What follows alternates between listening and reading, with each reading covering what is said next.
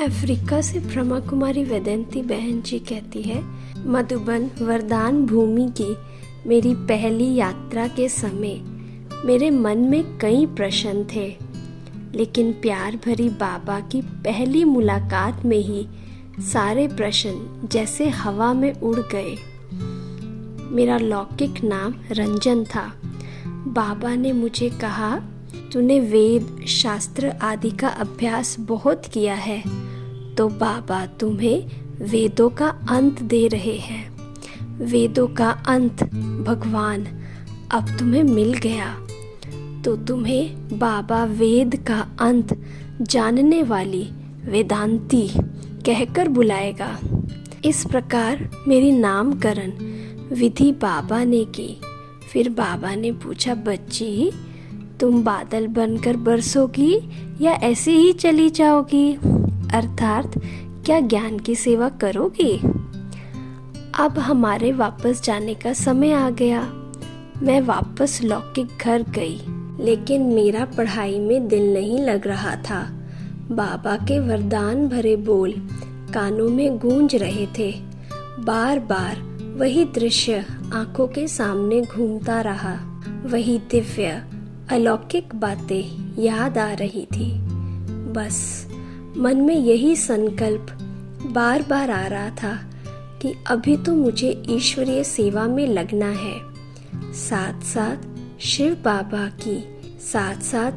बाबा की याद भी बहुत आ रही थी।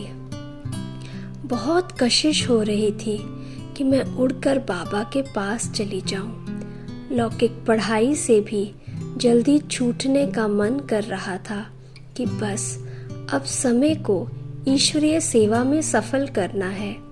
6 मास के अंदर ही परिवार को समझाकर मैं ईश्वरीय सेवा में हाजिर हो गई।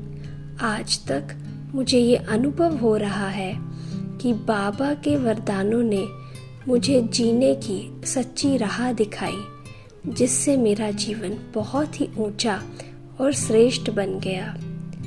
बाबा के अंदर ज्ञान से पालना करने की अद्भुत शक्ति थी।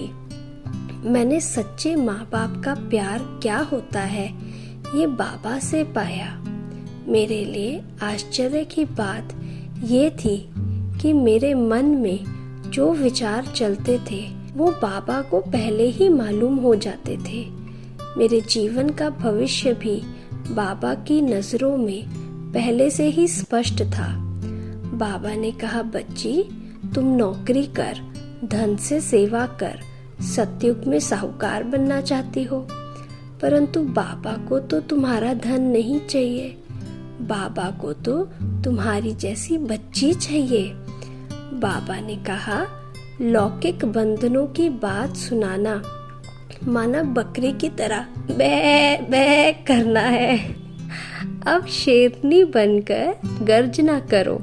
इस प्रकार बाबा ने मुझे निर्बंधन बना दिया और मैं समर्पित होकर सेवा करने लगी।